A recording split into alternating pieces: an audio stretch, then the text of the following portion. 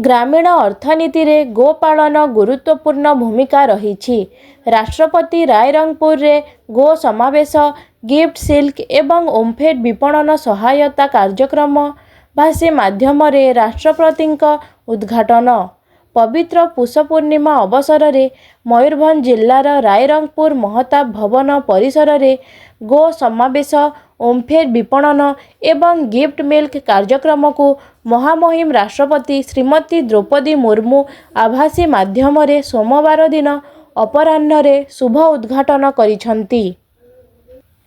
एही कार्यक्रम रे ओडिशार मुख्यमंत्री मोहन चरण माझी, केंद्र शिक्षा मंत्री धर्मेंद्र प्रधान, केंद्र मत्स्य प्राणीपालन और पंचायत राज मंत्री राजीव रंजन सिंह, राष्ट्रपति एसपी सिंह बघेल प्रमुख भाषी माध्यम रे ओडिशार गोपालक एवं गो वंशवृद्धि, गो सुरक्षा, गो चारण रक्षा, श्वेत विप्लव नहीं वक्तव्य रखिथिले।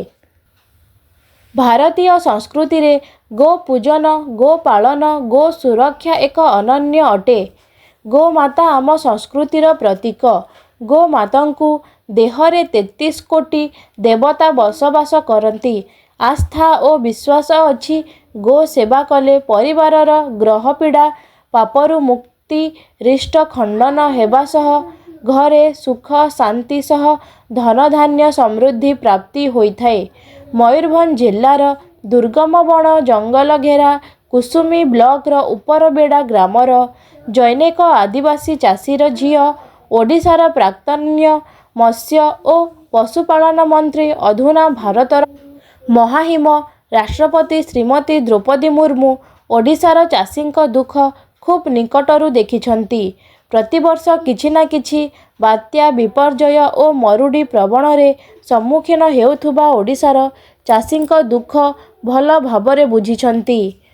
मयूरभंज जिला ओडिशा अत्यंत खुशीर दिन जो रही राष्ट्रीय पशुधन संपद विकास योजना अंतर्गत राष्ट्रीय गोकुल योजना अंतर्गत महामहिम राष्ट्रपति जे कि मयूरभंज आज 3000 गाई जो आमर बंटन आज करागला। तार मुख्य उद्देश्य रही ग्रामांचल अर्थनैतिक विकास सहित युवक युवती मानक एवं आदिवासी हरिजन मानकु सशक्त स्वावलंबी करवा, दुग्ध उत्पादन वृद्धि करवा एवं ओडिशार अर्थनैतिक प्रगति करवा। जो प्रिय प्रधानमंत्री स्वप्न रही विकसित भारत एवं विकसित ओडिशा। यदि ओडिशा विकास होगा कहले ग्रामांचल अर्थनैतिक विकास आवश्यक रही। हरिजन आदिवासी गरीब जो मैंने रही अवहेलित दलित निष्पेषित से समाजर मुख्य स्रोत में सामिल करने आज ये जो युगांतकारी पदक्षेप मु महामहिम राष्ट्रपति को धन्यवाद देवी एवं केंद्र सरकार को धन्यवाद देवी एवं प्रिय आमर मुख्यमंत्री को धन्यवाद देवी जोटा कि मुख्यमंत्री कामधेनु योजना एक युगांतकारी योजना। आपड़ देखिथिबे जो गत दीर्घ दिन सरकार रे एभली कौन युगांतकारी योजना चाषी मानक पई लोक मानक पई आसी नथिला।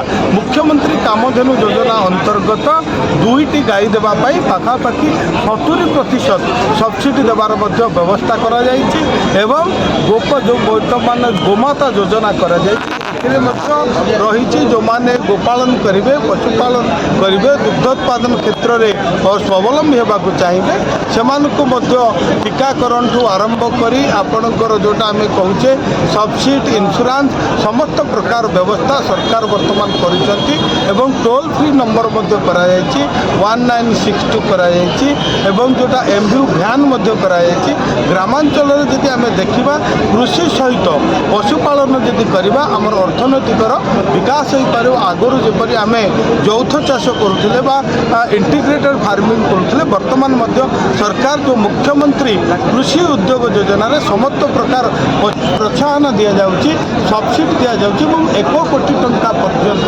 सब्सिडी व्यवस्था रही।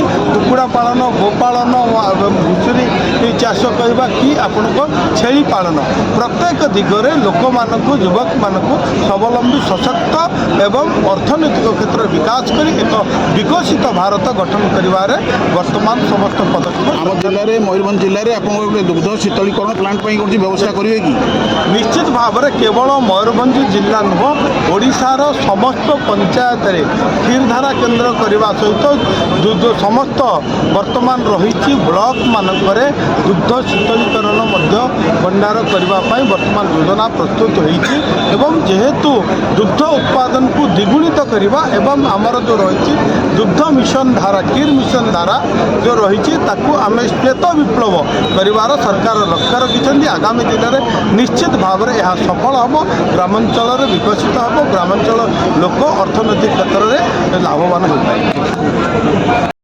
सोमवार दिन 72टी गाई मंत्री और नेता पदाधिकारी उपस्थिति रे जगन्नाथ मंदिर मुख्य पूजक देवव्रत रथ महापात्र पूजन पर प्रदान करा जायथिला। तत्सह रायरंगपुर पौरपालिकार 19टी सरकारी प्राथमिक विद्यालयर 1184 जन छात्र छात्री मानंकु सेमानंकर पोषण तथा मानसिक और शारीरिक वृद्धि पाई मध्याह्न भोजन रे ओम्फेड तरफरु 200 ml विटामिन और डी मिश्रित पुष्टियुक्त अमूल कूल मिल्क गिफ्ट जोगाई देवार व्यवस्था करा जायछि। गोपालक माने केंद्र और राज्य सरकारक गोकुल मिशन और कामधेनु योजना संपर्क में अवगत होई राष्ट्रपति अवदान को भूरी भूरी प्रशंसा करथिले। एही कार्यक्रम रे बहु गोपालक उपस्थित थिले।